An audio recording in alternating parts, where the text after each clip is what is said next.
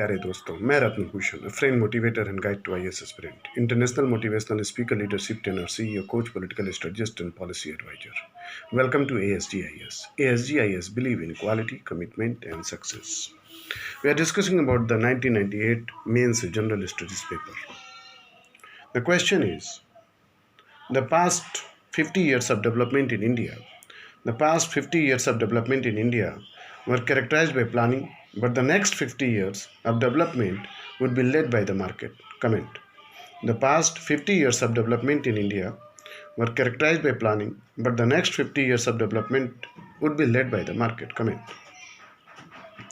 After independence, for our economic development, we choose to follow planning system on a socialistic pattern.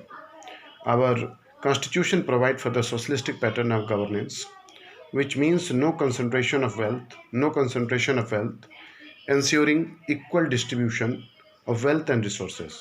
Planning was a base for our economic development in these 50 years. They were aimed at large scale development and welfare of the people. We were to develop those areas and fields which were, though not beneficial for economic point of view, necessarily required for society. Our country concentrated on all over development with a wide spread of it, not concerning only economic growth. Only industrialization would have given more benefits, but our investment were also directed towards poverty alleviation and education, health, employment generation, infrastructural development and social growth. Some fields which, if not developed, a society cannot progress, were given enough emphasis and importance. In this direction, though our country has not achieved growth as its potential, but yet we cannot ignore the steps taken in true direction. After this half century of planning, now we are faced with the globalization and world boundary elimination through free trade policies.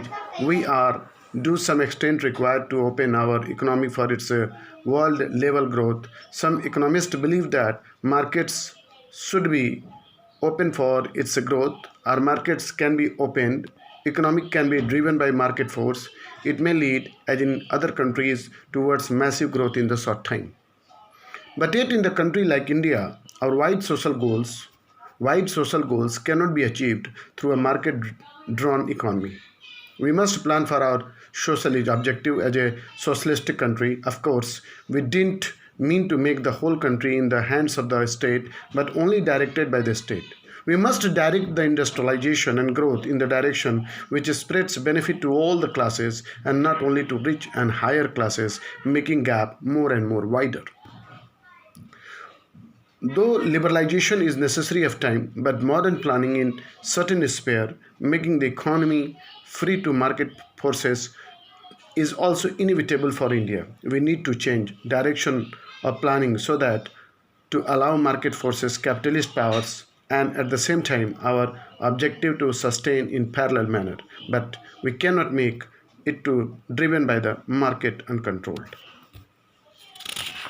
The next question is, how is absolute poverty line measured? Absolute poverty line measured.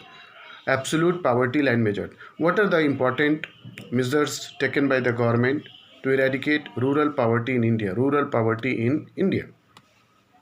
The concept of absolute poverty means the level of income or consumption expenditure below the minimum subsistence level. In such condition, a person is not able to maintain his health and efficiency. In India, we measure absolute poverty in two ways. Number one, based on nutritional level. Number two, based on money income and expenditure. The absolute poverty line based on nutrition level is defined as minimum requirement of 2400 calories per person per day of rural areas, 2100 calories per person per day of urban areas. Based on 93-94 prices, absolute poverty line in terms of money, income and expenditure is rupees 228.9 per person per month in rural area, rupees 264.1 per person per month in urban areas. The government has taken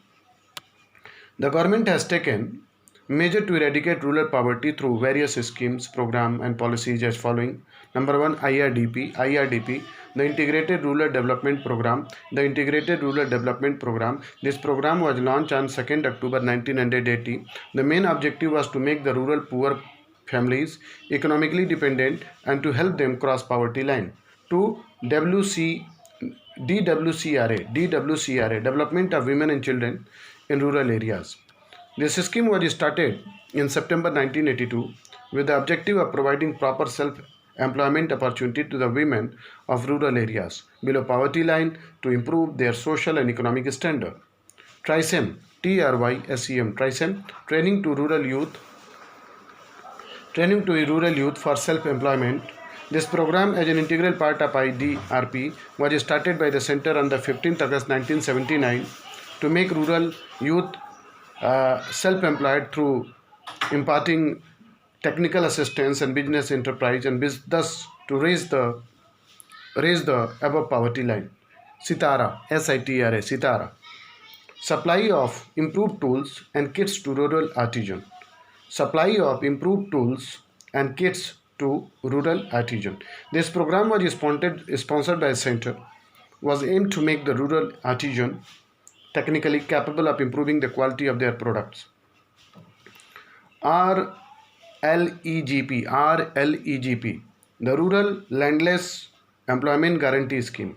The Rural Landless Employment Guarantee Scheme. It was started on 15th August 1983. Its objective was to create employment, construct the productive project and improve rural areas. All these are some of the important measures taken by government to eradicate rural poverty.